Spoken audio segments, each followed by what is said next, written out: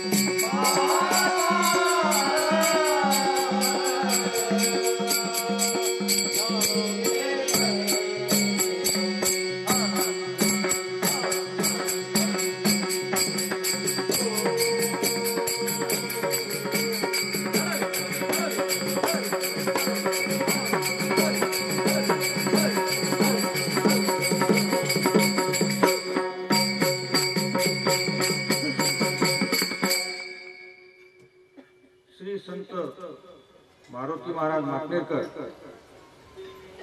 यांनी केलेल्या कीर्तनापैकी हे कीर्तन मिती आश्विन शुद्ध 13 दिनांक 10/10/1935 ह्या सकाळी या सकाळी चातुर्मास समाप्त निमित्त काल्याचे कीर्तन संत मारुती महाराज यांनी केलेले आहे ते मी आपल्या समोर वाचून दाखवत आहे। कीर्तनाचा भंग आहे निरंजनी एक डवाणी संग नेणे दुसरा पहा चाळविले कैसे लावून या पिसे गोवळीये। लपविले अंगे अंग दिला संग होता आणि तुका म्हणे नव्हते ठावे झाले भावे या वाटो. अत्यंत गहन असा अर्थ या ठिकाणी तुकोबांनी मांडलेला आहे आणि त्याच्यावर संत मारुती महाराज माखेरकर यांनी विवेचन केलेलं आहे. कारण आजकाल तुकोबांचे अभंग जे संतांचं साहित्य आहे, आजकाल नाही पूर्वीच्या काळापासून आहे. आणि म्हणून ज्ञानेश्वराला अवतार घ्यावा लागला. लोपले ज्ञान जगी हित नेनची कोणी. ज्ञानाचा सर्व बाजार झाला आणि त्या ज्ञानाच्या बाजारामध्ये खरं जे होतं ते खरं लपून राहिलं. खरं का लपलं? कारण त्या साहित्यामध्ये जे आहे त्याचा अनुभव लोकांना नाही. बाकीच्या कीर्तनामध्ये ते होतं. वेद आहे, वेदही आहे, ते साहित्य आहे, परंतु साहित्यामध्ये असणारा जो भावार्थ आहे या भावार्थाचा अनुभव लोकांना नसतो. हे त्यातलं गम्य आहे. आज आपण सर्वजण या ठिकाणी काल्याच्या कीर्तनाकडे जमलेलो आहोत. कारण काल्याचं कीर्तन झाल्यानंतर काल्याचा प्रसाद मिळणार आणि प्रसाद खाल्ला की आपला काला आटोपला. आपला प्रसाद कसा आहे? मुरमुरे, पोहे, लाह्या, डाळ, खोबरं, फुटाणे, वडे हा आपला काल्याचा प्रसाद आहे. महाराजांना ही गोष्ट अभिप्रेत नाही. त्यांनी याचं वर्णन कधीही केलेलं नाही. ही प्राकृत गोष्ट आहे. जे नजरेला दिसते तो तुम्हाला दिसतो तो काल. या ठिकाणी आपण जमलो, काहीतरी परमेश्वराच्या प्रसादाकरता आपण या ठिकाणी आलो आणि या स्मारक भक्तीच्या माध्यमातून ही स्मारक भक्ती आहे आणि याच्यामधूनच परमेश्वर प्राप्ती होतो. तर परमेश्वर प्राप्ती यामधून होतो याचं गुह्य काय आहे? कारण दिंड्या काढल्या, झेंडे, पताका, मोठमोठे कार्यक्रम केले, हा आपला स्मारक धर्म आहे. हे कशा करता आहे? तर आपल्या उपासनेवरचा भाव वाढवण्याकरता, भावार्थ वाढवण्याकरता हे कार्यक्रम आहे. आपल्या उपासनेचा आपल्याला आनंद आला पाहिजे, आपल्या उपासनेची कीर्ती झाली पाहिजे, आपल्या उपासनेने जे सांगितलं ते ज्ञान जगासमोर आलं पाहिजे. आणि या स्मारक धर्माच्या माध्यमातून महाराज म्हणतात याच्यामध्ये तुम्ही नाचा, उडा, संताची कीर्ती करा, ही सर्व भक्ती आहे. नवविधा भक्तीपैकी ही एक भक्ती आहे. आणि अशी भक्ती हे आपण ज्या सिद्ध पुरुषावर करतो, जो सिद्ध पुरुष होऊन गेला, जगामध्ये पहिला सिद्ध पुरुष झाला तो श्रीकृष्ण. श्रीकृष्णाने जगापुढे ज्ञान मांडलं आणि त्या ज्ञानाच्या माध्यमातून मोठमोठे संत गेले आणि वेद मार्गे मुनी गेले. संत म्हणतात आम्ही त्याच मार्गे चाललो आणि त्याच मार्गे जाऊन आम्ही लोकांना सत्य सांगितलं. इतर लोकांसारखं आम्ही नुसतं कीर्तन केले नाही, नुसतं लोकांना ज्ञान सांगितलं नाही, तर आम्ही लोकांना अनुभव सुद्धा दिला. मारुती महाराजांच्या जुन्या काळामध्ये अनेक भक्तांना तसे अनुभव झालेले आहेत. आणि अनुभव म्हणजे काय? ही प्रचिती ज्याची त्यालाच येते त्याला अनुभव म्हणतात. जसं भूक हा शब्द आहे, भूक या शब्दामध्ये आपण म्हणतो मला भूक लागली, परंतु जेव्हा माणसाला ती लागते तेव्हा त्या भूकेचा अर्थ कळतो. तसं अनुभव आल्याशिवाय परमेश्वर कळत नाही. म्हणून संत म्हणतात की जगामध्ये, महाराज म्हणतात जगामध्ये देव नाही. मग देव कुठे आहे? देव तुमच्याच जवळ आहे, कुठे जावं लागत नाही. देव जवळीच असे, कृष्ण म्हणतात गीतेमध्ये, देव जवळीच असे या लागी जन हे कैसे पिशे, पाहो जाता की देशोदेशी, या लागे हासे तो गदगदा, तो गदगद हसतो. अरे तुम्ही कुठे चालले? जे सांगणारे आहे, जे ज्ञानाचा प्रसार करणारे आहेत ते कुठे चालले? ते तुम्हाला कुठे नेत कुठे आहे? कारण याची एक गोष्ट आहे की याच्यामुळे अज्ञान आपल्याजवळ असल्यामुळे आपण या गोष्टीला पोहोचू शकत नाही. सत्य सांगण्याचा प्रयत्न झाला पाहिजे. आणि म्हणून आजच्या कीर्तनामध्ये मारुती महाराजांची जी काल्याची कीर्तन आहे त्याच्यामध्ये त्यांनी सांगितलं की आपली जी उपासना आहे, कृष्णाने जे काही लीला केल्या, ज्या काही कर्म केले, कृष्णाचं चरित्र तुम्हाला सर्वांना माहिती आहे. एक गुराख्याचा पोरगा म्हणून कृष्णाचं चरित्र आहे. हा एक गुराखी होता. तो नुसतं जनावर राखत नव्हता. कृष्णाकडे 9 लक्ष गायी होत्या. 9 लक्ष गायी होत्या. तर त्या 9 लक्ष गायीमध्ये सर्व त्यांचा 9 लक्ष गायींचा जो आत्मा होता तो सर्व कृष्णाच्या ठाई होता. त्या सर्व कृष्णाची यमुनाच्या तीरी वाट पाहत असत. वाट पाहती यमुना तीरी. इतका त्यांनी त्या जनावराचा सुद्धा आत्मा कृष्णाने वेधून घेतलेला होता. आणि हे सर्व करण्यास आणि म्हणून कृष्णाने ज्या लीला केल्या त्या कशा करता केल्या, हा सर्व भावार्थ वाढवण्याकरिता आहे की माझ्यावर तुम्ही प्रेम करा, माझ्यावर म्हणजे परमात्म्यावर प्रेम करा. पण तो तसा सांगत नव्हता. आणि म्हणून कृष्णावर भाव लागण्याकरिता त्यांनी अनेक कर्म केले. गायी ओवल्या, गोप गोपींना प्रेमाच्या माध्यमातून त्यांना मार्ग दाखवला.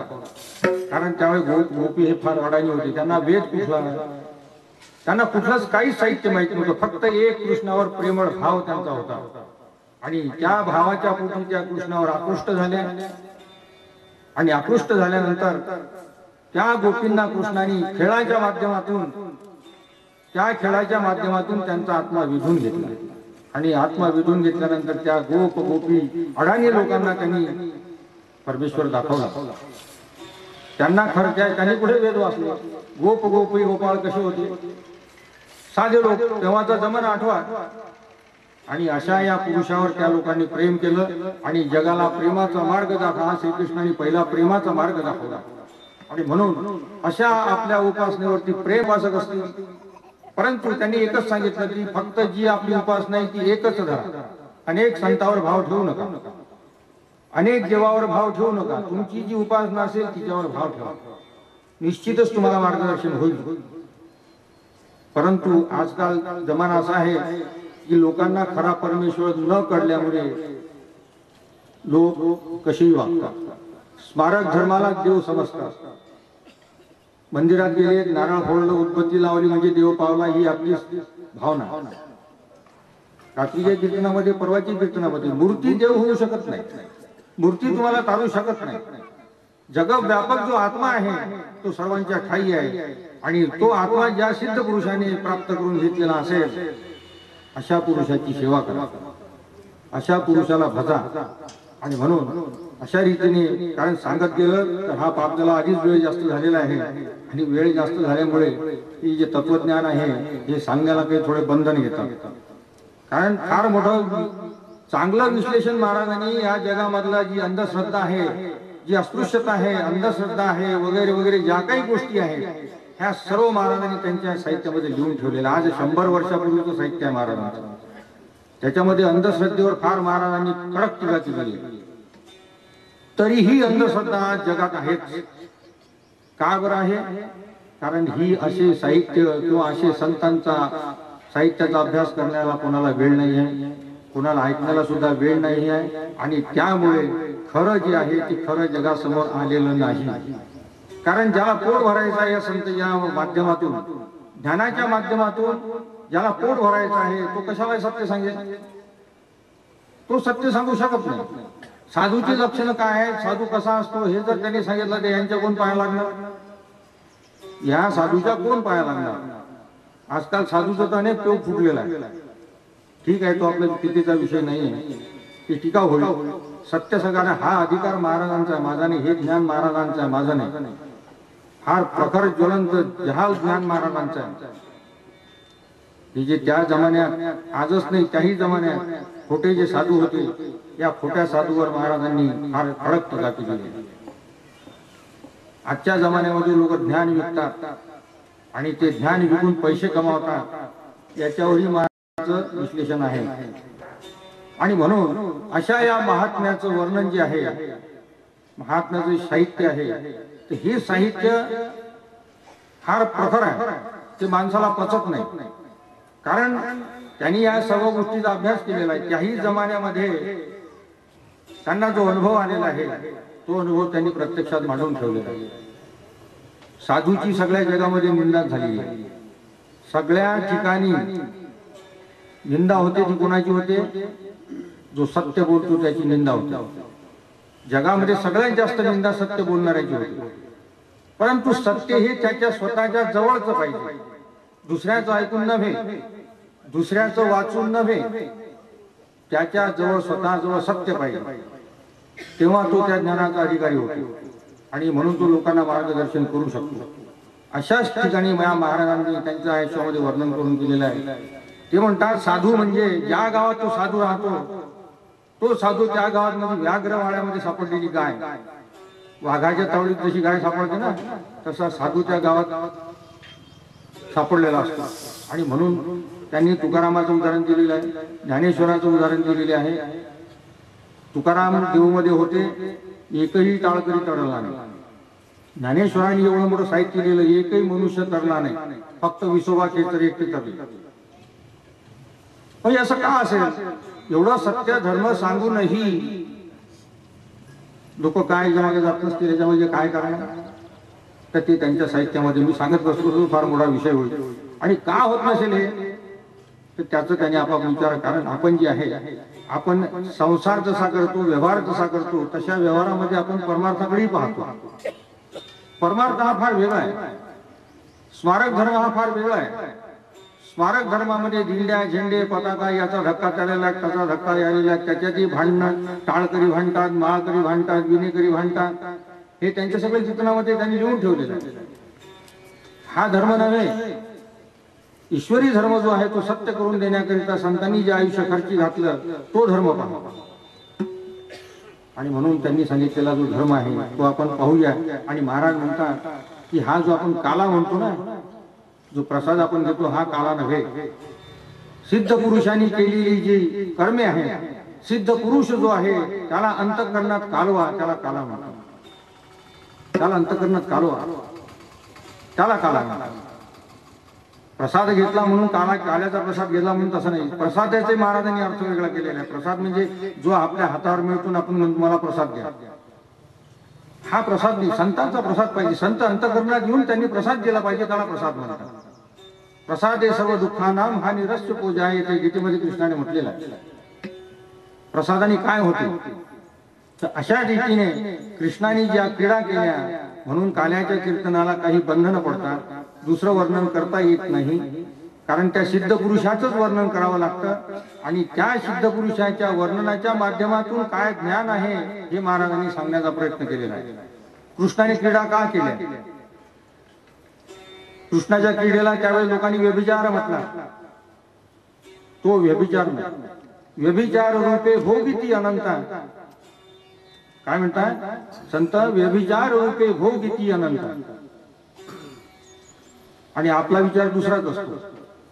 म्हणून त्यांनी जे कार्य केलं त्या कृष्णाने लीला केल्या म्हणतात. कारण लीला केल्या आणि लीला आणि काम याच्यामध्ये फरक आहे. लीला फक्त हे संतच करू शकतात, सिद्ध पुरुषच करू शकतात.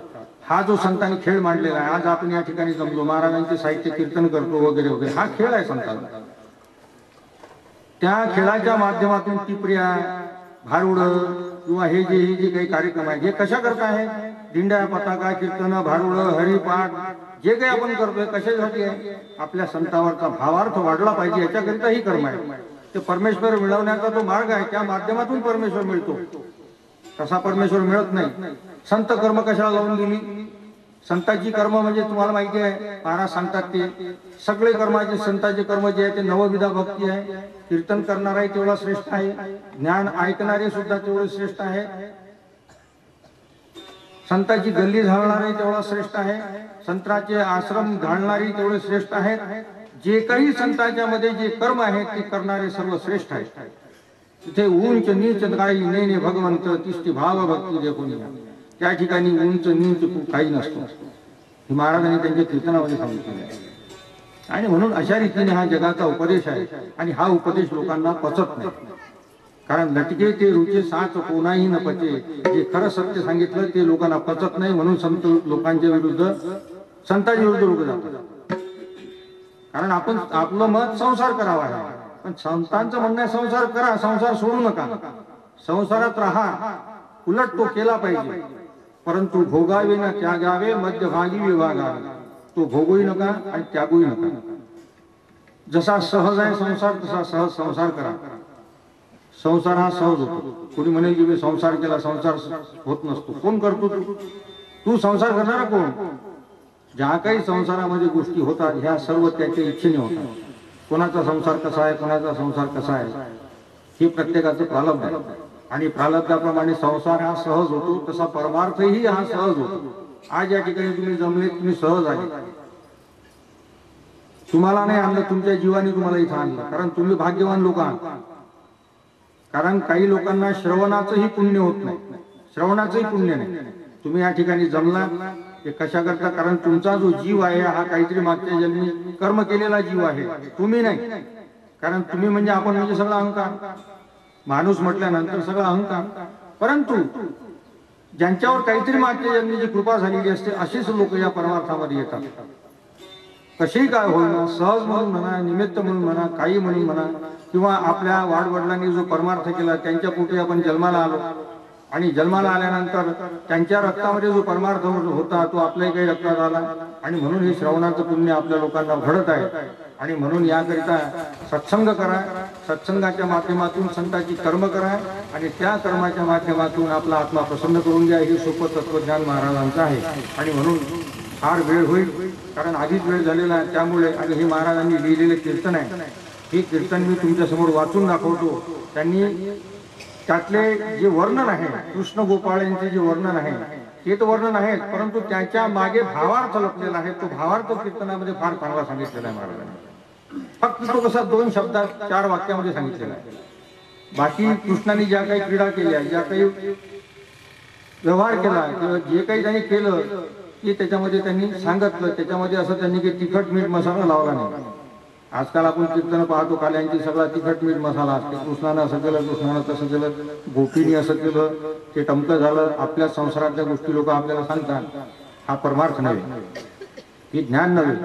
म्हणून खरं ज्ञान जे आहे ते संतांनी अनुभवातून सांगितल्यामुळे की काल्याचा अर्थ काय आहे हे आजच्या कीर्तनामध्ये महाराज सांगतात.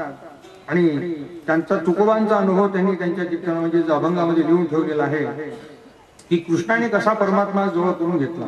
आणि म्हणून तुकोबाई म्हणतात, मला ठाऊक नव्हतं, पण भावे झाले या वाटोळे हे त्यांच्या अभंगाची छाप आहे.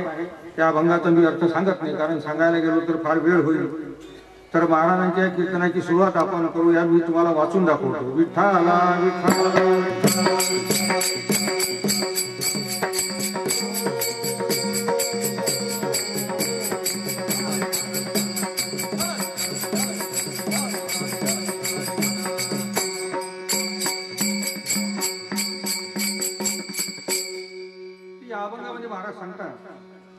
श्रीकृष्ण परमात्मा जो होता हा गोकुळामध्ये जन्माला आला. तो बालक असताना गोकुळच्या जनाला त्याची कला माहीत नव्हती, आणि गोपी व गोपाळ यांना त्यांचा आचार विचार माहीत नव्हता. कारण त्या गोपीळांना विद्याही नव्हती. त्यांना भजन कीर्तन वगैरे परमार्थाची काहीही माहिती नव्हती. आणि कृष्णाचा आत्मा शुद्ध आहे अशी कल्पनाही त्यांना नव्हती. तो देव आहे, तो महात्मा आहे, तो अनुभवी पुरुष आहे हे त्यांना माहित नव्हते. इतक्या त्या गोपी अज्ञानी होता. आणि या सर्वांची शक्ती तो एकटाच जाणत होता. म्हणून कृष्णाचं वर्णन त्यांनी केलेलं आहे. कृष्ण कृष्ण जय कृष्ण.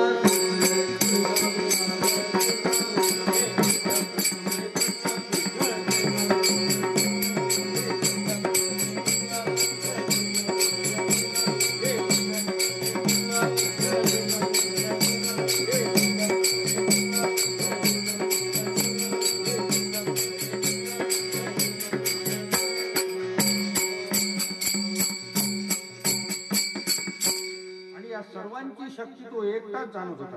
कृष्णाची शक्ती म्हणजे कृष्ण हा ईश्वरी शक्तीचा पुरुष म्हणून गोकुळच्या लोकांना माहित नव्हतं, कारण त्याच्या गुणाची परीक्षा नव्हती. मात्र त्यांना काय माहित होते, तो क्षत्रिय आहे, वासुदेवाचा पुत्र आहे, श्रीमंताचा मुलगा आहे, नंदाचा बालक आहे, आणि म्हणून शरीराने तो चांगला दिसत होता. आणि शारीरिक सुंदरपणामुळे तो स्वाभाविक रीतीने बहुत जणांना आवडू लागला. पण त्याच्या शरीरातील जे गुण होते ते मात्र लोकांना कळत नव्हते. तरी ते स्वाभाविक रीतीने त्याचे लाड करू लागले, त्याची आवडी करू लागले. महाराज म्हणतात मुख्य गोष्ट ही आहे की ब्रह्मविद पुरुषाची आवड आणि त्याचा प्रेमानंद म्हणजे जो निजानंद आहे तो अनुभवात यावा हे गुह्य आहे. आणि ही अशी आवडी त्या गोपी गोपाळांना सहज झाली आणि त्यामध्ये त्यांना कृष्णाचा छंद लागला. त्या कृष्णाला जवळ घ्यावे, त्याला पाहावे, लहान मुलांशी खेळताना जसे त्याला हसवावे लागते वगैरे तसा छंद लागला. आणि म्हणून तुकोबा त्यांचं वर्णन करतात. तुका म्हणे छंदे मन मोहिले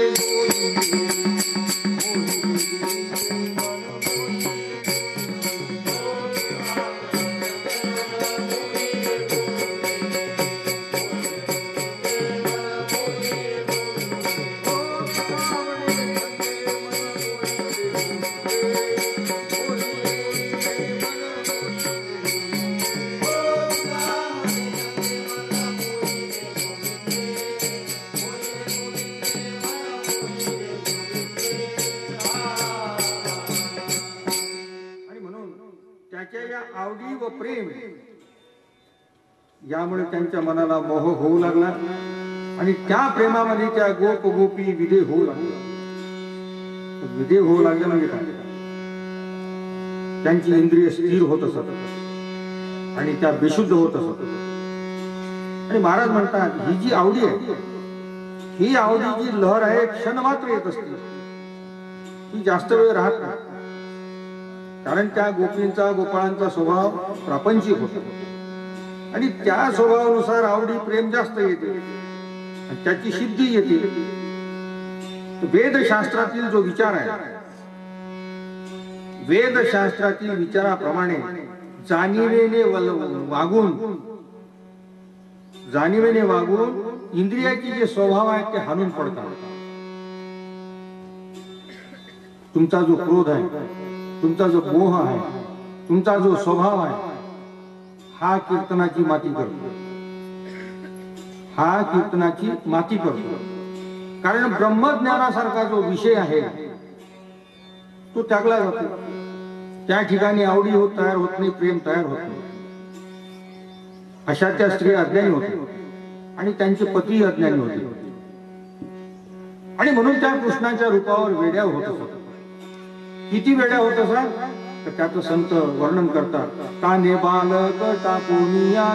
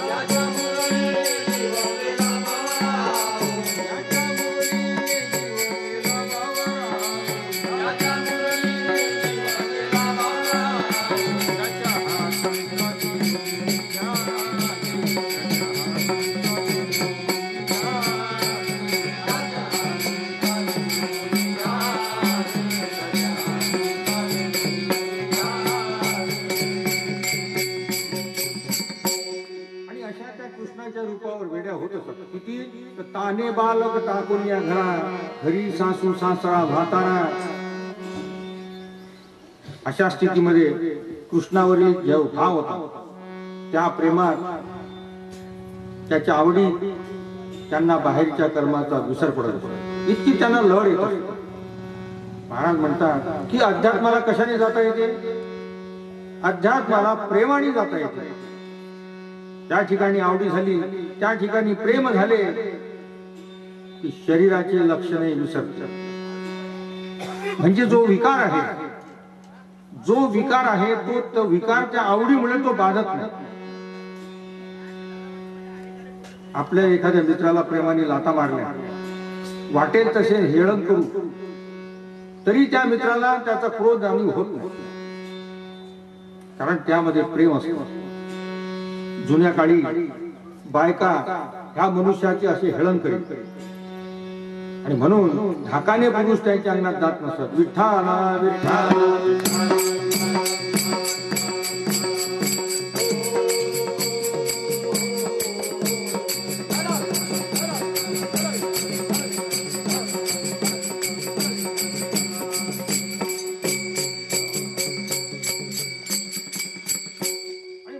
महाराज म्हणतात माणसाच्या मनावर जर संकोच असला, माणसाच्या मनावर जर संकोच असला की पाप होतो. आणि प्रेम आला तर प्रेमात लुगडे चोळी सोडले तरी काय, थोडे केले काय, चुंबन घेतले काय, याने पाप होत नाही. कारण हा प्रेमाचा आवडीचा संबंध आहे.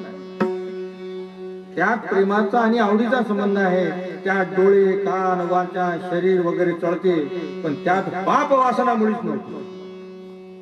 त्यात कृष्णाची पाप वासना मुळीच नव्हती. आणि म्हणून ते म्हणतात चाळाला विला गोविंद.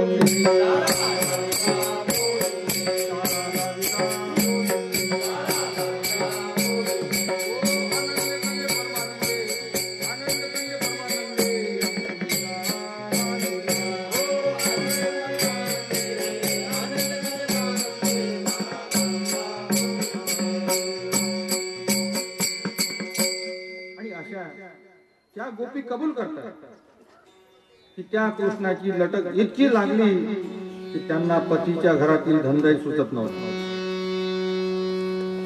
राधा प्रातःकाळी उठून त्या डेऱ्यामध्ये मंथन करीत व डेरारीत, मंथन करीत व डेरारीत वार्याने कुंडल हाले. हा नुसता आक्षेप होता की राधा डोळे मुरडीत चालते, कारण तिला कृष्णाची इतकी आवड झाली होती की त्या कृष्णाच्या प्रेमामुळे तिच्या इंद्रियांची लक्षणे जी होती ती वाकडी तिकडी होती. आणि मग जन त्यांना दूषण लावत, कारण जनाला हे अंतरप्रेम माहित नाही. तो कृष्ण व्यभिचार करते असे ते म्हणत. पण त्या गोपींची अवस्था कशी झाली, घरी कृष्ण दारी कृष्ण.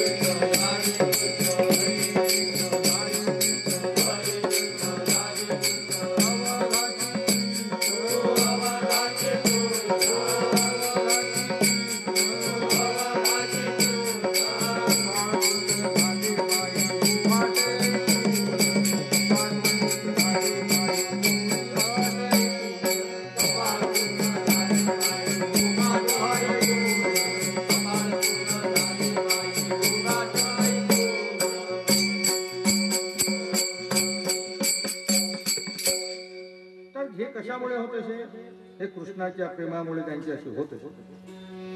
कारण त्यांच्या अंगामध्ये कृष्णाचे प्रेम, कृष्णाची आवडी भरली होती. त्यामुळे त्या गोपींची चाल निराळी होती. छातीची लक्षणे, डोळ्याची लक्षणे ही भलभलती होती. आणि घरामध्ये, अंगणात जाताना, रस्त्याने जाताना हीच त्यांना लहर येत असते. आणि म्हणून मथुरेची गवळण वेळी चालताना डोळे मोडी आणि गोपाळनाथ भक्तगडी चरणी ठाव दिला. त्या इतक्या वेड्या झाल्या होत्या की राधेचा आनंद होऊन कृष्णही भुलला. कृष्ण कधी काळ्या गोऱ्या रंगाला भुलतो काय? देव काळ्या रंगाला, गोऱ्या रंगाला भुलतो काय? पण राधेच्या भक्ती प्रेमाला कृष्ण भुलला होता. एकविध भाव झाला की त्याची त्याला व त्याची याला एकमेकाची रोग होता. मग एकमेकाची रोग होता तर याचा प्रेम त्याला लागू पडेल की नाही. आणि असा राधेचा जो प्रेम होता कृष्णावर फार झाला. आणि यामुळे दोघेही एकमेकांच्या प्रेमाने वेळे झाले. कृष्ण एके दिवशी बैलाखाली जोहायला बसला. कारण काय? चौथानाचे एक थान झाले, चौथानाचे एक थान झाले आणि राधेला पाहून मन भुलले. त्याला विचारले हे काय? तर त्याने उत्तर दिले. यशोदेला त्याने हे उत्तर दिले. तो ब्रह्मविद पुरुष होता म्हणून तो आपल्या बोलण्याचे समर्थन करू शकला. महाराज म्हणतात ही कला फार गूढ आहे, ही कथा गूढ आहे. गोपींनी नुसती प्रेमाची लटक होती, त्यांना संसार आठवत होता. त्या परमार्थाच्या आवडीमध्ये संतांनीही देव कमावला. त्यांनी भजन केले. कोणते केले? नाठवून देह पायाचे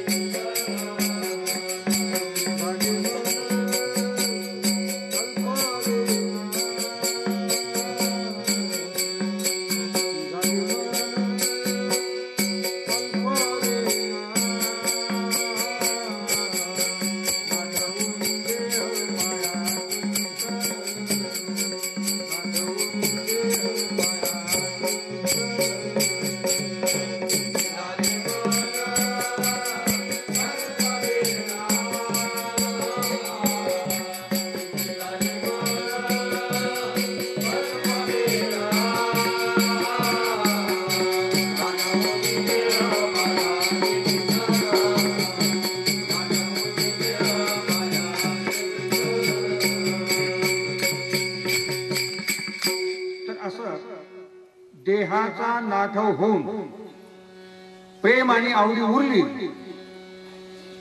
त्यामध्येच खरे आध्यात्मिक सुख मिळते. हे पहा, महाराज म्हणतात त्या गोपींना देहाचा नाठव दिवसभर होत नसतो आणि अशा प्रेमामध्ये देहाचा नाठव दिवसभर होत नसतो. हेतू झाला की त्या विद्येच्या आठव्याबरोबर ती विद्या बरोबर आठवते. पण ही जी लहर आहे ही फक्त लव मात्र येत असते. तशी परमार्थाची पण लहर यावी, ती लव मात्र जरी असेल आणि ती लहर निघून गेल्यावर संसाराची कामे सर्व त्या यथायोग्य करीत होत्या. आणि हेच भजन खरे आहे. नुसतं होबाळले वाचणे नको, याला भजन म्हणत नाही. आणि असे जे कोणी असतील त्याला तुकोबा म्हणतात, निके कोणापाशी होय एक रंग, निके कोणापाशी होय एक रंग, निके कोणापाशी होय एक रंग, निके कोणापाशी होय एक रंग, हरी ध्यान मन निर्मला, हरी ध्यान मन निर्मला, हरी ध्यान मन निर्मला. ते म्हणतात नुसते होबाळले वाचणे नको, हे संत म्हणतात. ते म्हणतात खरे दाखवा. निमिष मात्र लहर आली. कृष्ण हा असा अनंत जन्माचा श्रीमंत होता. अशी त्या कृष्णाची लहर नाही तर काय फायदा होता. असा सिद्ध पुरुषाचा प्रेम जर नसेल तर चवीने जी अन्न त्यात नसता गवन, जसे अनंत पदार्थ केले आणि त्यात जर मीठ घातले नाही तर ती चव देत नाही. तसे शाब्दिक विचार पुष्कळ आहेत. शाब्दिक विचार पुष्कळ असले पण त्यामध्ये सिद्धांचे प्रेम आणि आवडी नसली तर काही फायदा होत नाही. मग ते भजन असो कीर्तन असो. तर गोपी सारखे वेळे होऊन म्हणा, कृष्णाला हाका मारा, सिद्ध पुरुषाला हाका मारा. आणि ह्या असा हाका मारल्यानंतर ते म्हणतात त्याचे नाम घ्या. कसे घ्या? आवडीने भावे हरी नाम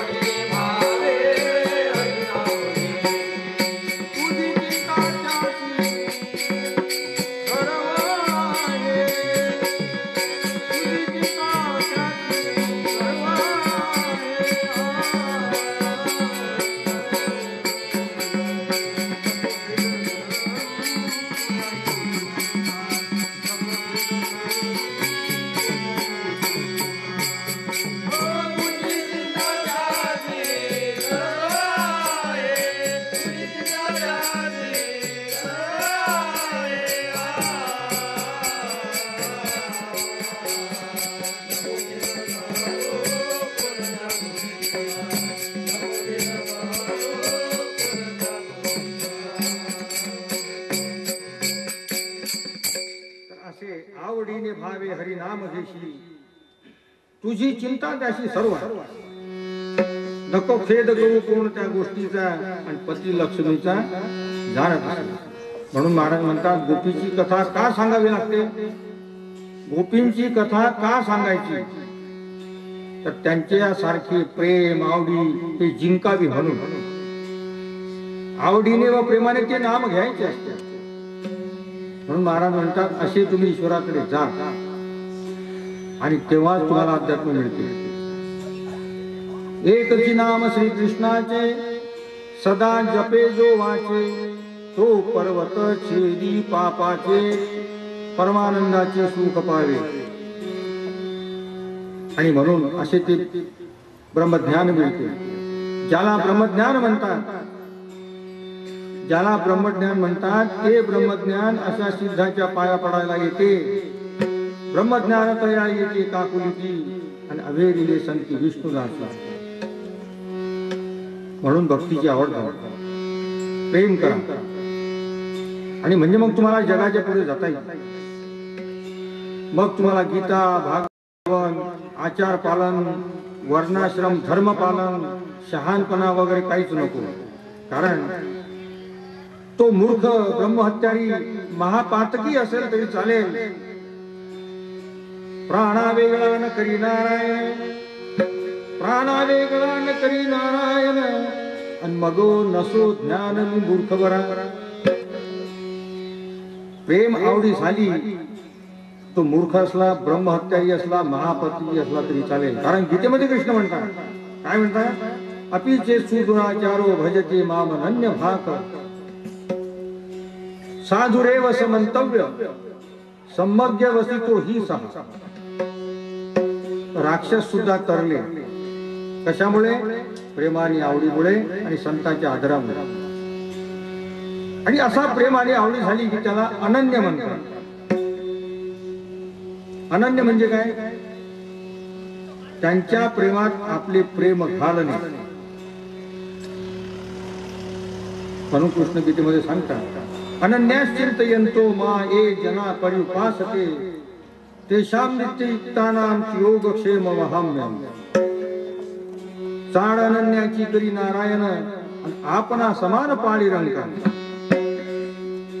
असे आपल्या त्यांच्या प्रेमात आपले प्रेम घालणे, याला अनन्य होणे म्हणतात. आणि गोपी अशाने शुद्ध झाले, गोपी अशाने शुद्ध झाले. दुसऱ्याच्या अंतःकरणातील गुण, परक्याच्या अंतःकरणातील गुण आपल्या प्रेमाने ओढता येतो. तसं मेस्मरिझम मध्ये करतात. मेस्मरिझम मध्ये दुसऱ्यावर आपले प्रेम टाकतात व त्याचे प्रेम ओढून घेतात. तसाच बकरा कापताना, बकरा कापताना त्याला निजवतात, त्याच्या कानावर खळे ठेवतात. कशा करतात?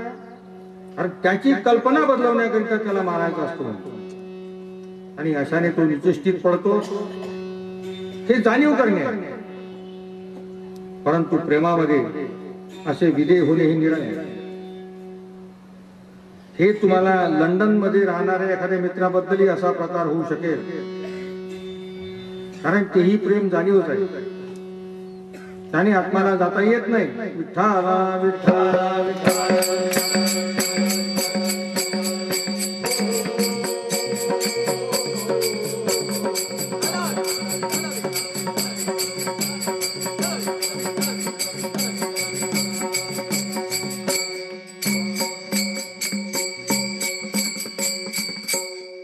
प्रेमाने आत्म्याला जाता येत नाही. कारण ते जाणीव प्रेम आहे. जगात कोणाची आवड कोणाला असते तर त्याची स्वप्ने पडतात. आणि कधी कधी ती स्वप्ने खरी भरतात. पण त्याने अध्यात्म मिळत नाही. ते कशामुळे दिसते? स्वप्न कशामुळे दिसतात? तर ती सर्व व्यापक जी वीज आहे त्या विजेमुळे सृष्टी संबंधाने ते कळते. हा सृष्टीचा भास आहे. त्याचा ईश्वरी अयाचित ईश्वरी संबंध नाही. ते ब्रह्मज्ञान नाही. ते एकविधतेमुळे तुम्हाला ते दिसते. कृष्णाचे प्रेम जडावरचे होते. ते गोपीच्या अंगात केस असेल त्यामुळे त्या ऊर्ध्व दशेला गेला. पण हे त्या गोपींना कळत नव्हतं. पण कृष्णाने पाहिले. अंतःकरण कृष्ण प्रेमाने चेतले. आणि म्हणून ते संत तुकोबा त्यांचे वर्णन करतात की ते जे प्रेम होते अचेत चेतले भक्तीची सुखे. अचेत चेतले भक्तीची सुखे आणि आपुल्या कौतुके तुका म्हणे. त्यांचे अंतःकरण कृष्णप्रमाणे चेतले. आणि त्यांना समज होण्याकरिता बाह्य रीतीने स्वभावानुसार त्या करू लागल्या. तो कृष्ण करू लागला. कारण त्यांना अन्य कोणत्याही रीतीने समज देता येत नव्हता. कारण त्या गोपींचे चाळे पाहून, त्या कृष्णाचे चाळे पाहून त्या क्रोधावर जात. तेव्हा मग त्याच्या चैतन्यातली गोष्टी तो त्याला पटवून देऊ लागला. त्यांच्या चैतन्यातील गोष्टी त्या गोपींना तो पटवून देऊ लागला. आणि म्हणून गोपी म्हणतात, येणे माझे चैतन्य चोरिले.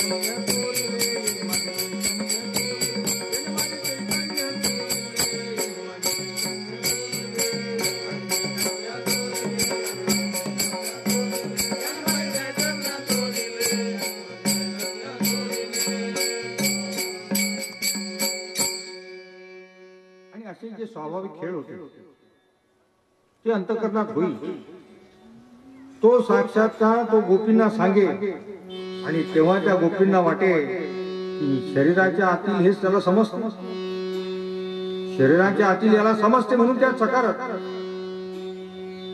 तो नुसतं इंद्रिय खोड्या करीत आणि त्यांच्या अंतःकरणातलं तो सांगत असत. पण लोक काय म्हणत, नेनो महिमायासी मनो व्यभिचार्यो, नेनो महिमायासी मनो व्यभिचार्यो, ऐशा गवळणीच्या बोलती परस्परी.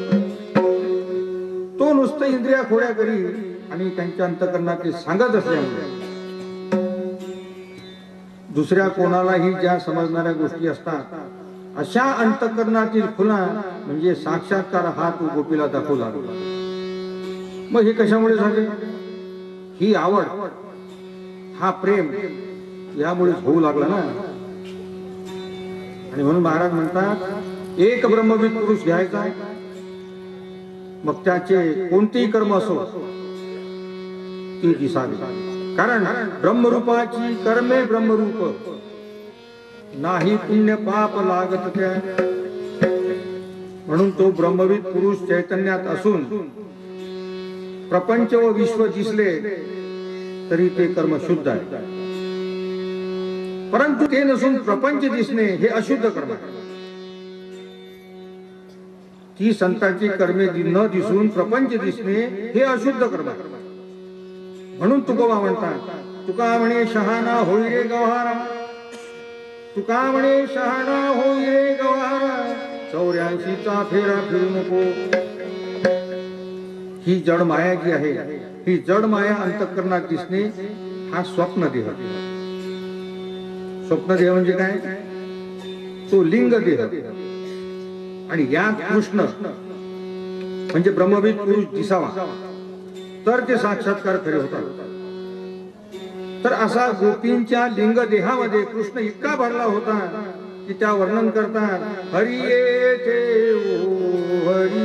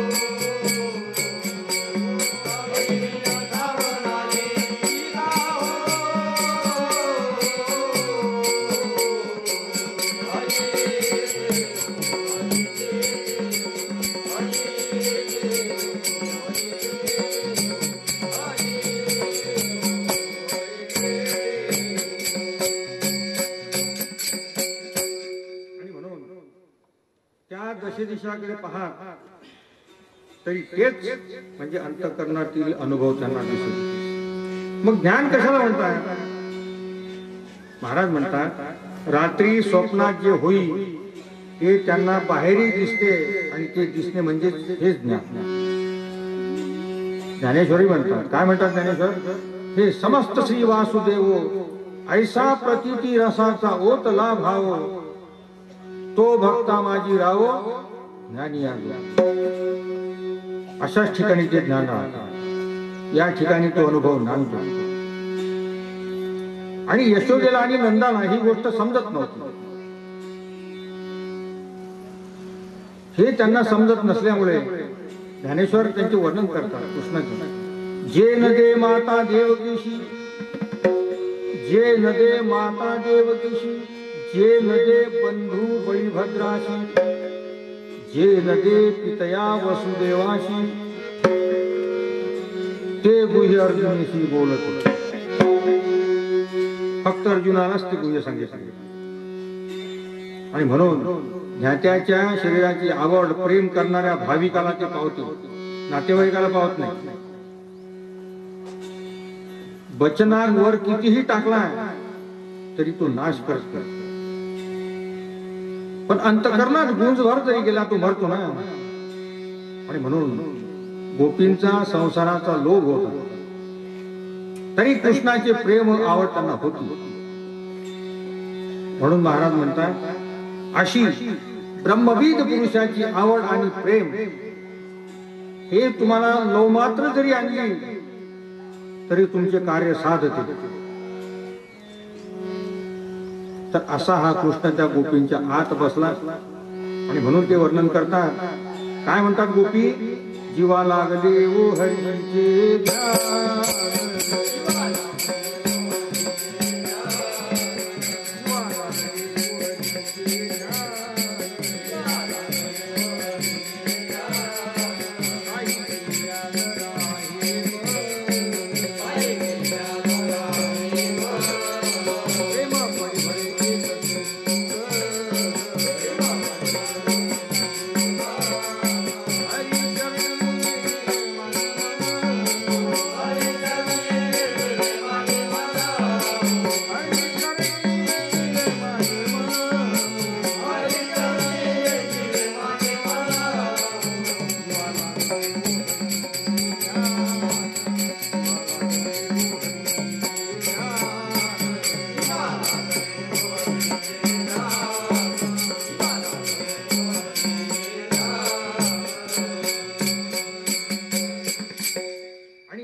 असा तो कृष्ण त्यांच्या आतमध्ये बसला. म्हणून त्या बाहेर काय करू लागले, तर त्याच म्हणतात, लाज सांडोली झाली निर्ला,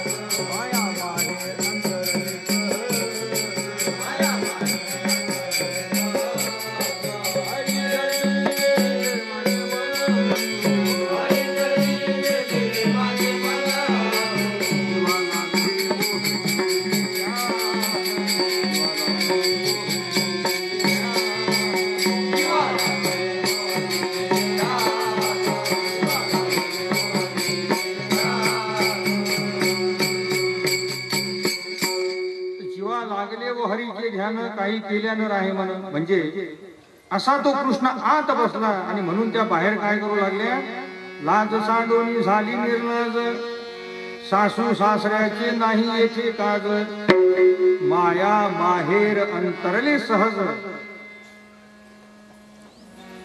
ती लहर आली की त्या चोळी लुगडे काजळ लावण्याची विसरत असत, आणि ती लहर गेली की सर्व संसाराची कामे मर्यादित करत.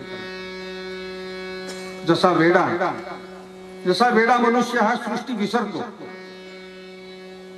केव्हा, की भयंकर स्वप्न एकांताला पडले की तो शुद्धीवर येत नाही. त्याला जी काळजी असते त्या भयंकर काळजीने असा तो वेडा होता. त्याचे डोळे वगैरे चांगले असतात पण तरी त्याला सृष्टी दिसत नाही. तसा भूत लागलेला माणूस हा भलत्या भलते बोलतो, मग हा वेडा झाला. तो कशाने, तो मनाने वेडा. म्हणून असं स्वप्न देहातील जे चैतन्य आहे त्या चैतन्यामध्ये ते मन जाते. आणि हा वेडा सृष्टी स्वप्नाने वेडा झाला. त्या गोपी कशाने वेडा झाल्या, तर कृष्णाच्या रूपाने त्या वेडा झाल्या. आणि म्हणून ते म्हणतात, कैसे वेड लाविले काने ओवळिया. त्या लहरी त्या संसारही विसरत होत्या. आणि त्यामुळे त्यांच्या घरातील त्यांचे नवरे, त्यांच्या घरातील माणसे त्या गोपींना त्रास देत होते. पुढे पुढे कृष्णाची गाराने त्या नेऊ लागल्या. महाराज म्हणतात यात भक्तीचे तत्व काय आहे?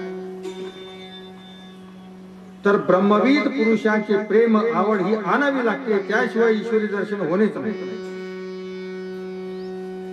मनावर प्रेम आणि आवड आणि आनंद आणावा तेव्हा फायदा होतो. आणि सर्व गोकुळामध्ये असे सर्व गोपींच्या आतमध्ये ते पसरले. आणि म्हणून तुकोबा म्हणतात असे कृष्णाचे वर्णन करता येत नाही. तुका म्हणे मही पत्र न पुढे सिंधू साई.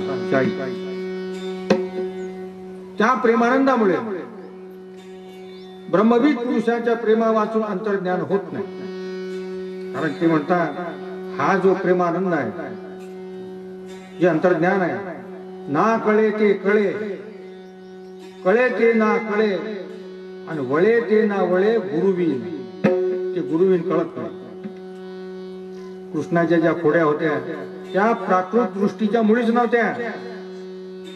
कृष्णाच्या खोड्या या होत्या त्या प्राकृत दृष्टीच्या मुळीच नव्हत्या.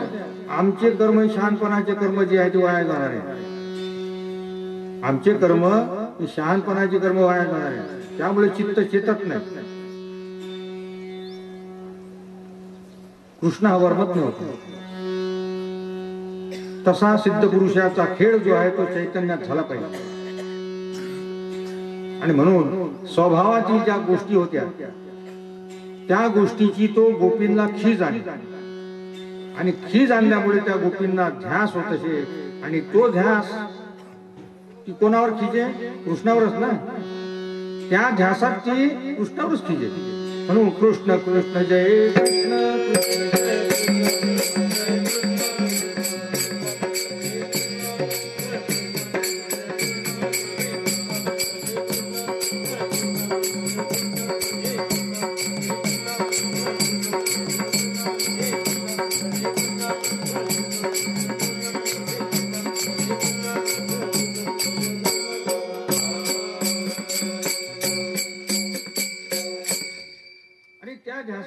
कृष्णावर खिजत असे. महाराज म्हणतात तत्व काय आहे? मनुष्याचे मन तापले की मनाशीच मन बोलते. इतके रक्त जाज्वल्य होते.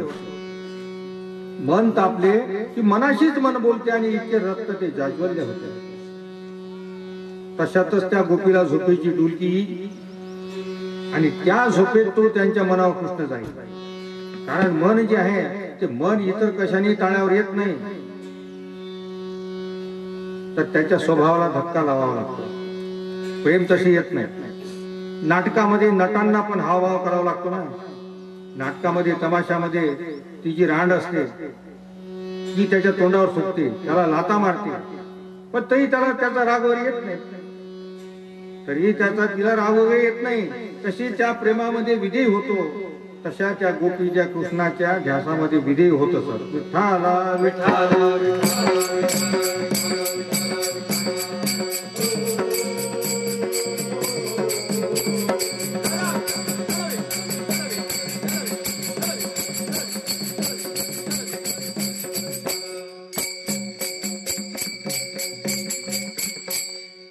प्रेमात ते विधी होते. महाराज म्हणतात पहा तत्व काय? शरीरातील रक्तामध्ये हालचाल म्हणजे स्खलन झाले म्हणजे जे रक्त आहे ते वर चढते. रक्त आहे ते वर चढते आणि खालच्या अंग मेहनतीने ते तापलेले जे रक्त असते ते ज्ञानतंतूमध्ये जाऊन ते परिणाम करते. आणि त्या ज्ञानतंतूमध्ये गेल्यानंतर त्या ठिकाणी आत्मप्रकाश पडतो. तो प्रकाश कशाचा पडतो? तो प्रकाश त्या सगुणाच्या हेतूचा पडतो.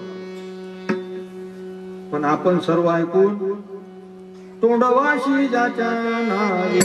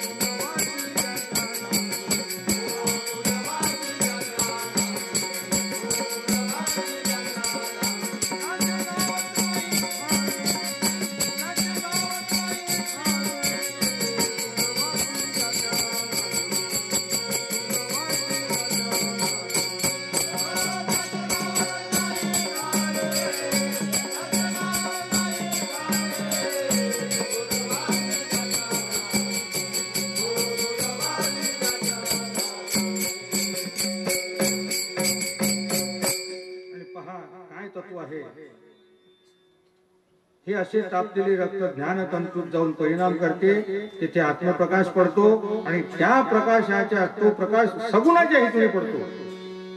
पण आपण जो हेतू धरतो तोंड वाशी ज्याच्या नावे आणि त्याचे गावच नाही ठावे, असा तोंड वाचण्यात काही फायदा नाही. महाराज म्हणतात हे सर्व तुम्ही ऐकून तुमचे मंदावलेले चैतन्य जे आहे ते केव्हा चेतणार? ज्ञान तंतूवर परिणाम झाला की प्रकाश पडतो. तसा तो कृष्ण ब्रह्मविद होता आणि ब्रह्मविद तो असल्यामुळे प्रत्येक गोपीच्या अंतःकरणात तो स्वभावाप्रमाणे तो चमकवित होता. विठ्ठला विठ्ठला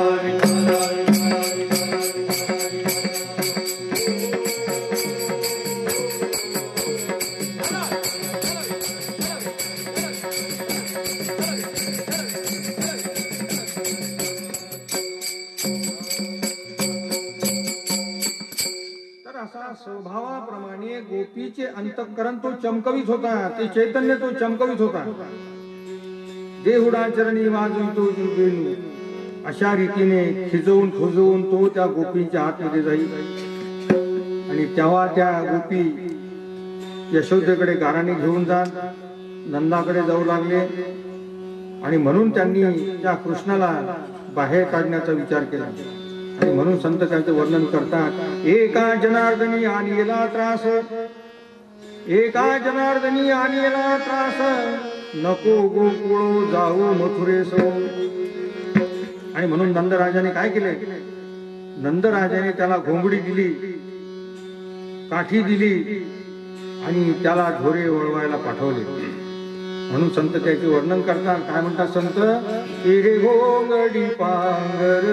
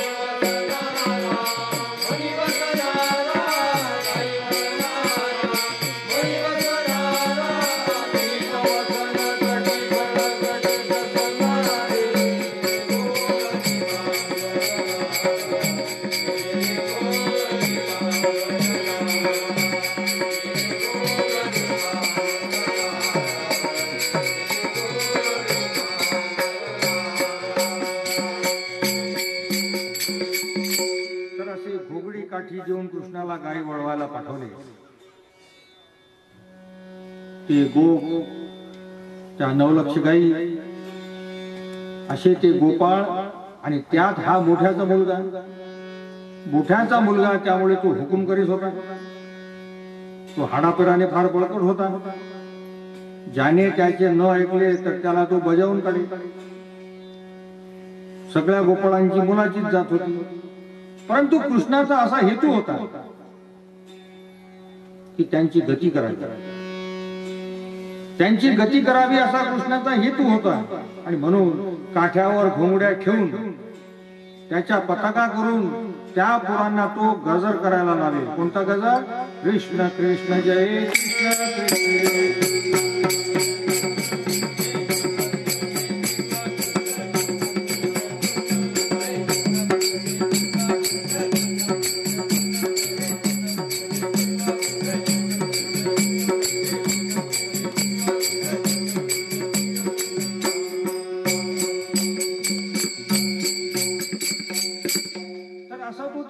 गजर करायला लावत असे. आणि ती जी पोरे होती ती लहान पोरे निर्जाणीव होती. त्या निर्जाणीमध्ये त्यांनी या कृष्ण कृष्ण जय कृष्ण कृष्ण या गजराचा सपाटा चालवला. सपाटा चालवता चालवता थकून जा आणि असा दररोज गजर करून करून ते बेशुद्ध होऊ लागले. त्याचा परिणाम काय झाला? त्या बेशुद्धीमध्ये तो कृष्ण सर्व गोपाळांच्या आत दिसू लागला. तो कृष्ण आतमध्ये दिसू लागल्यामुळं तेव्हा ते एकमेकांना कोणांना दुसऱ्यांना एकमेकाला दाखवत असत. कारण तो सर्वांनी आत पाहिला, सर्व गोपाळांनी तो आत पाहिला. पण त्यात काही कुच्चरी होती, त्यात काही कुच्चर होते. मग काय दुसरा खेळ केला. कुस्ती खेळता कासामुशी, कुस्ती खेळता कासामुशी, शेंबुड खरकटा नाकाशी. मग त्या गोपाळांशी त्यांच्याशी अशी कुस्ती करी आणि त्या कुस्तीमध्ये त्या पोरांच्या नाकातून शेंबूळ गळे तरी त्यांना तो फार तापावर नाही. आणि ते गोपाळ घरी जाऊन थकून निजत आणि निजल्यानंतर तेव्हा जंगलातील हा सर्व खेळ त्यांना आतमध्ये दिसे. आणि त्या साक्षात्कारामध्ये काय होतं सगळे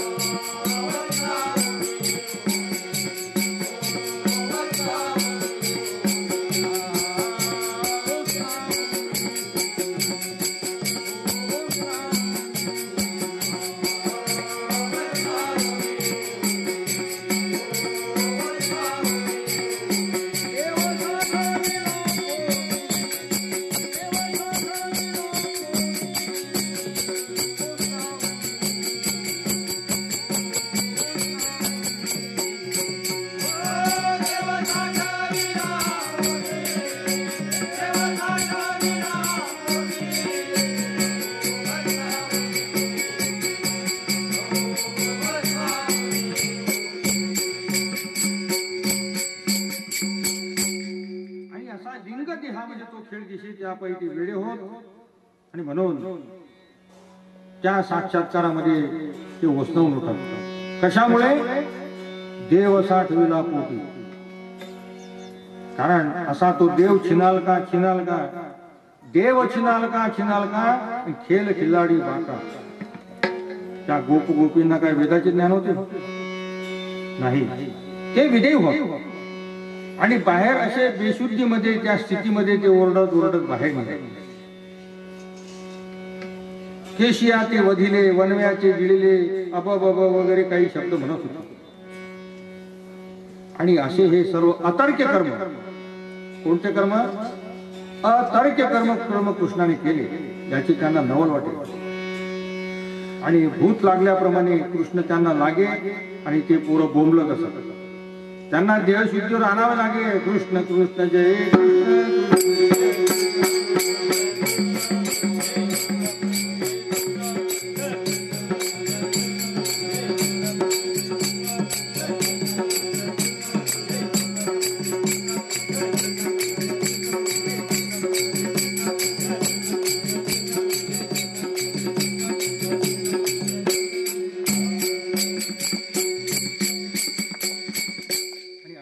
कृष्णाच्या धाकाने ते पोरे बोंबलत त्यांना देहशुद्धीवर आणावे लागले.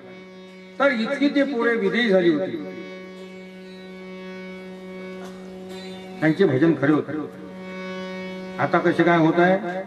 त्याच्या उलट आता नुसता अभिमान वाढला, प्रेम नाही, आवडी नाही आणि अनुभवही नाही.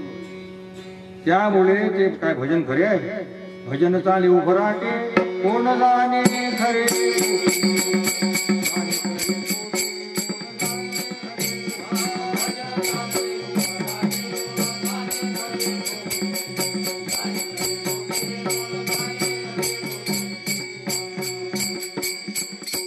तर अशा त्या गोपाळाच्या कृष्णाच्या प्रेमामध्ये ब्रह्मदेवासारख्या खोट्या माणसाची इज्जत राहिली नाही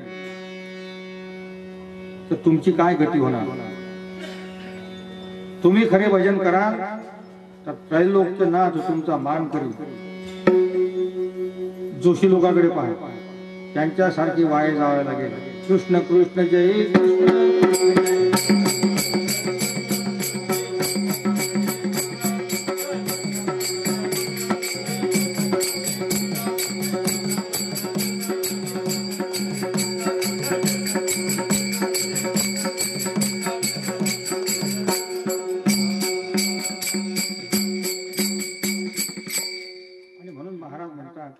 की महात्म्याच्या नावाने दही पोहे लाह्या त्या वाटाव्यात ना, पण हे खोटे जनाला फसवणारेच पाहिजे असतात. हे जनाला फसवणारेच पाहिजे असतात. म्हणून योग असेल त्यालाच हे घडेल. गोपाळ असे विधी झाले, त्या अध्यात्माला गेले, हे त्यांच्या आई बापाला कळेना.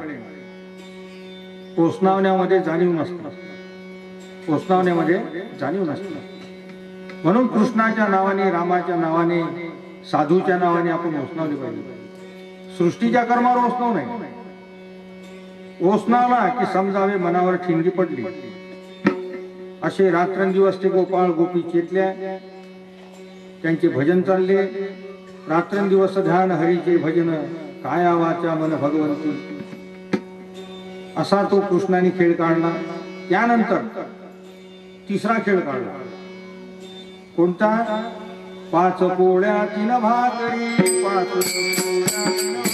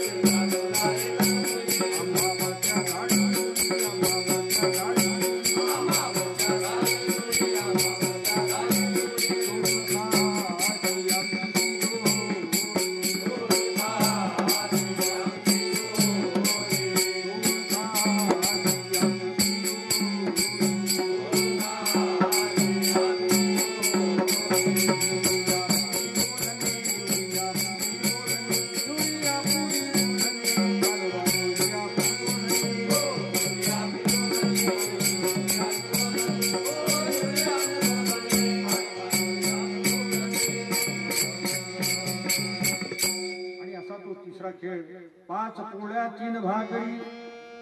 1.5 कान्होला 1च पोळी. आम्हा वळत्या धाडीशी दुरी आणि चोरून खाशी आमची शिदोरी. त्यामुळे भांडण व्हायची. असे गोपाळाचं त्यांची कृष्णाचं भांडण लागायचं. असा काला करायचा आणि आपल्या हाताने तो वाटत असायचा. म्हणून कृष्णासारखे तारणारे सध्या कोण आहेत या काळी? म्हणून महाराज म्हणतात, पाहता पाहता गेले ते सारुनी, एका जनार्दनी सारविले. तर अशी ते दररोज मनाला ते पोरे काळजी लावून घेऊन त्या तापलेल्या रक्तात कृष्णाला ते पोरे पाहू लागले. म्हणून महाराज म्हणतात की आपापल्या स्वभावानुसार भाव धरून ब्रह्मविदाची लटक लावून घ्या आणि तुम्ही अध्यात्म मिळवा. प्रपंच सांडावा मग परमार्थ कोठे मांडावा. प्रपंच सांडावा मग परमार्थ कोठे मांडावा. प्रपंचची आगवा परमार्थ होय. प्रपंचची आगवा परमार्थ होय. कशामुळे? तर तो आपल्या स्वभावानुसार ब्रह्मविद पुरुष अंतःकरणात राहणार. आणि म्हणून तुकोबा वर्णन करतात, तुका म्हणे काला वैकुंठी दुर्लभ. तुका म्हणे काला वैकुंठी दुर्लभ, विशेष हा लाभ संत संगे. म्हणून ब्रह्मविद पुरुषाला बाहेर जोराचा छंद त्याचा मनाला लावून त्याला लिंग देहामध्ये कालवा, जसे निवृत्ती सोपान कालविले काली. संत पुरुष अंतःकरणात कालवणे याला काला म्हणतात. सत्पुरुष अंतःकरणात कालवणे हा काळा होय. म्हणून तत्वविद पुरुषावर प्रेम आवडी हे करून त्याला अंतःकरणात न्या आणि त्या अंतःकरणात तुम्ही नेऊन काला करा. आणि म्हणून मारुती महाराजांनी सुद्धा त्या काल्याचं वर्णन केलेलं आहे. त्या काल्याचं वर्णन म्हणजे कृष्णाने ज्या काही क्रीडा केल्या त्या आपल्या अंतःकरणात कालवा. आणि त्या क्रीडा महाराजांनी त्यांच्या काल्याच्या रूपाने आपल्या समोर मांडल्या. तो काला मी तुम्हाला वाचून दाखवतो. गाई गोपाळांचा संग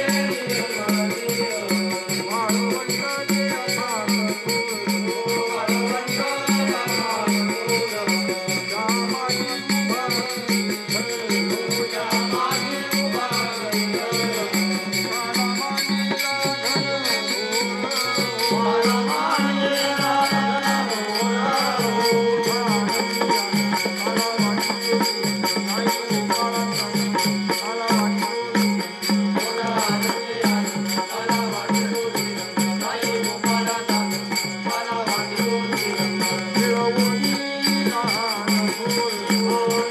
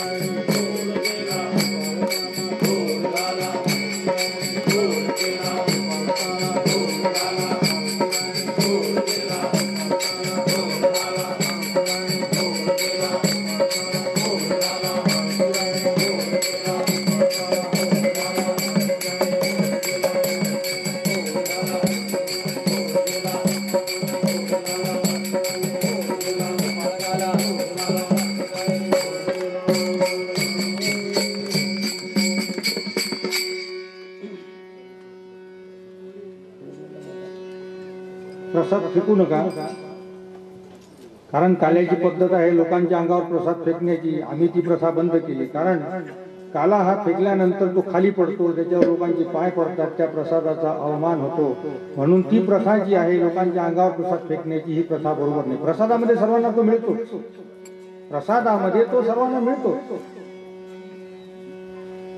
दर्शनार्थीतून तुम्ही जे बसलेले लोक आहात, यामध्ये आमचे मित्र बाळासाहेब कोरपे बसलेले आहेत. यांच्या गावाजवळ परशुराम महाराजांचं मंदिर आहे.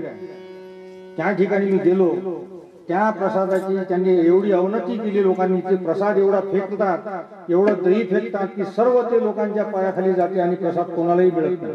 म्हणून त्यांना मी मागच्या वर्षी विनंती केली, 2 वर्षापूर्वी मी त्यांना विनंती केली की तुम्ही हे करू नका. 2 वर्ष झाले त्यांना सांगितलं की म्हटलं ही प्रथा बंद करा. हा प्रसाद लोकांच्या अंगावर फेकून काही फायदा नाही. तो प्रसाद खाली तोडवला जातो आणि लोकांना तो मिळत नाही. प्रसादाच्या माध्यमातून तो सर्वांना मिळतो. आणि म्हणून तुम्हाला वेगळं वाटलं असेल की बाबा प्रसाद आपल्याला मिळाला नाही, प्रसाद सर्वांना मिळेल. सोडी गेल्या मोठा आजीचा